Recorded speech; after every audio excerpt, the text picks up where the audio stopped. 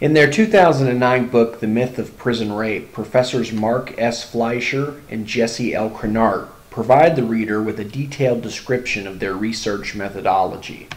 As the authors describe in their book, they employed the largest randomly selected inmate sample ever used in a prison research study. The study utilized probability sampling techniques, which makes it much more generalizable to the overall inmate population than a convenience sample. The researchers wanted to conduct a cultural and symbolic study of sexual violence, so they went to incarcerated persons who are undoubtedly the experts on this subject. The authors assert that most of the respondents were willing and eager to talk, and these subjects were not frightened by the nature of the topic.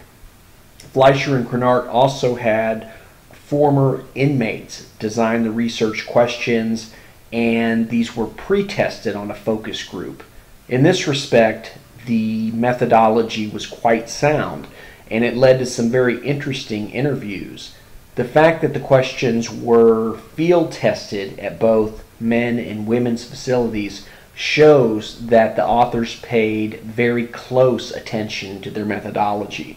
This project was funded by a large national grant, which undoubtedly provided the researchers with plenty of resources to conduct the study in a scientifically rigorous manner. In the end, they interviewed 564 inmates at a total of 30 correctional facilities throughout 10 states within the United States. As Fleischer and Crenart explained, they interviewed inmates at the highest custody level possible. However, they did not interview inmates in super seg facilities.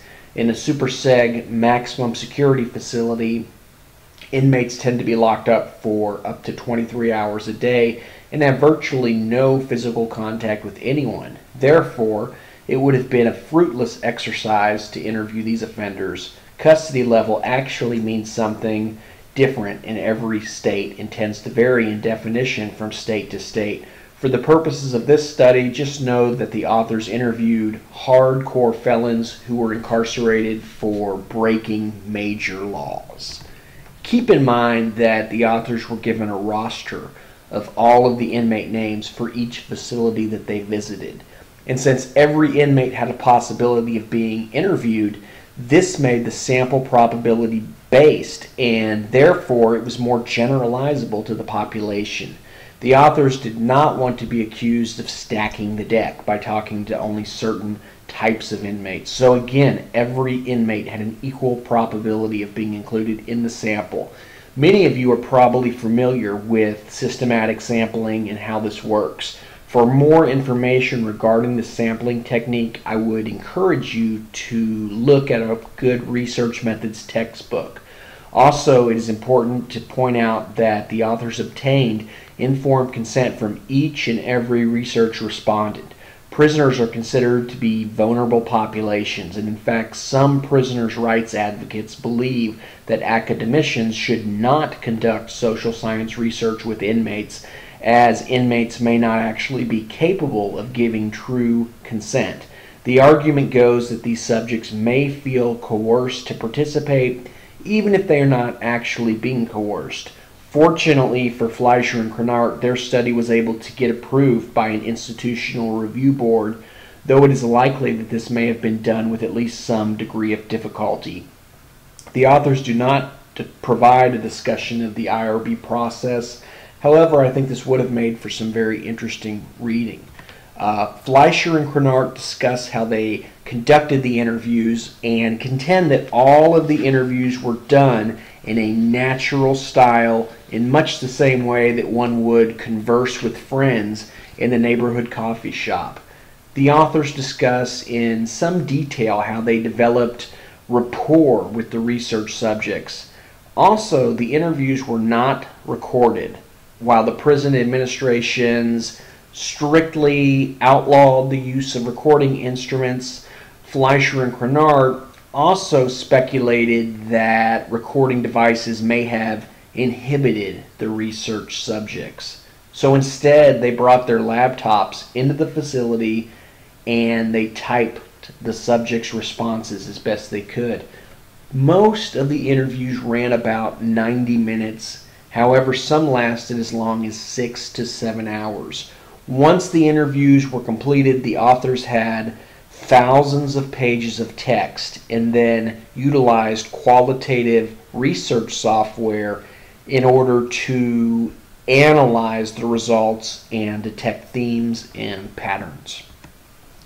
In the next chapter of their book, chapter 4, the authors contend that even before inmates enter prison, they possess knowledge, beliefs, and attitudes about prison sex, though these may often be a highly exaggerated form of what occurs in reality.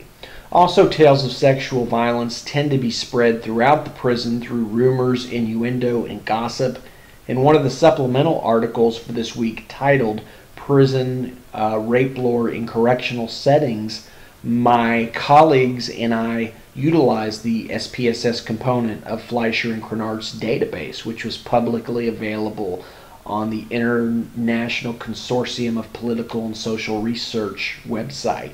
And we looked at this and did quantitative statistical analyses, and we confirmed that rumors tend to run rampant behind the prison walls. By and large, our statistical findings are consistent with the ethnographic work represented in the book. Nevertheless, we did have a few unique findings which you might find to be of interest as you read through that article. One of the most interesting findings that Fleischer and Crenard found is that inmates at each institution claimed that rape was not regularly occurring at their prisons. And they told the researchers that if they really wanted to learn about prison rape, they needed to visit another prison, and the inmates would identify that prison by name. And inevitably, the authors would visit it and find no rape whatsoever. And the authors joked that during this project, they were chasing prison rape throughout the country. And the authors found that the longer inmates were incarcerated, the more exposure they had to prison rape tales. Some of the inmates in the sample claimed to have knowledge of prison rapes that happened for sure, though many of these respondents, when they were pressed, had difficulties articulating exactly what constituted a for sure prison rape. And again, it was often traced back to gossip. Interestingly, though, virtually all inmates that were sampled were familiar with tales of prison rape. The vast majority of subjects, though, did not fear being victims of rape themselves. And also, one of the major findings of this book is that the line between consensual sex, coercive sex, and rape is not always clear in the inmate subculture. According to Fleischer and Crenard, after conducting hundreds of interviews, it became evident that prison rape stories often contained common themes, and in some cases hidden lessons to be learned. The authors found this to be true when talking to both male and female inmates. Women are much less likely to believe prison rape lore, while in several instances the male respondents swore to the researchers that they had met and even interacted with notorious prison rapists, such as Boxing Betty, the muscular inmate who knocks other prisoners unconscious before having his way with them. Many prisoners find these mythic figures to be humorous and often poke fun at these stories. In Chapter 5 of the book, the authors discuss the various prison sexual roles. Interestingly, the queen or true homosexual is afforded a high level of respect by other inmates. Also, a majority of the respondents reported that inmates who enter prison as gay men are seldom targets of prison rape. Inmates who are queens are often respected since they are looked at as being true to themselves. And as the authors write, queens are inmates who attempt to look, dress, and act like women. And prisoners who are straight and do not engage in homosexual activities are also respected, according to Fleischer and Crenard. Interestingly, however, if an inmate has served an enormous amount of time, the inmate population is somewhat tolerant if this individual engages in certain homosexuality, certain acts. However, if on the other hand an individual engages in these behaviors only after a few months, well then many prisoners believe this individual is weak.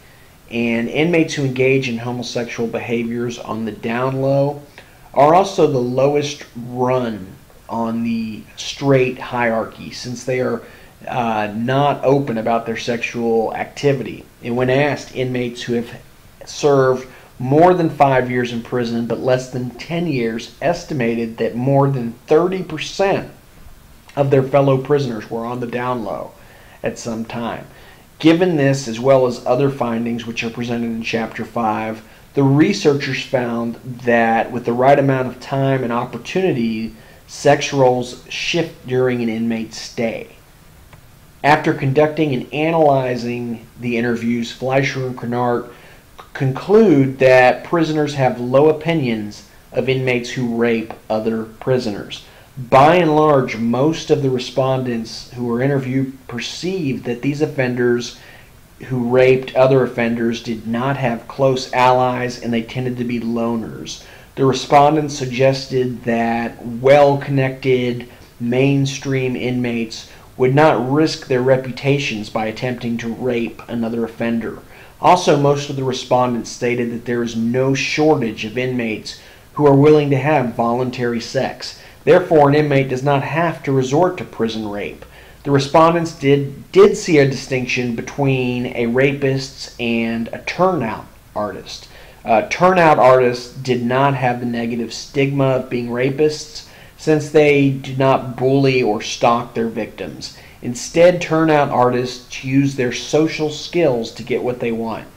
Finally, prison lore would not be complete without a discussion of what Fleischer and Crenart refer to as booty bandits. Interestingly, these characters do not back off, and they thrive on their victims' resistance. While the authors heard countless stories about booty bandits, they insinuate that this does not necessarily mean that these characters truly exist. Nevertheless, they make up a very real part of prison rape lore, and like the boogeyman tales, booty bandits might help to socialize new inmates into the prison world.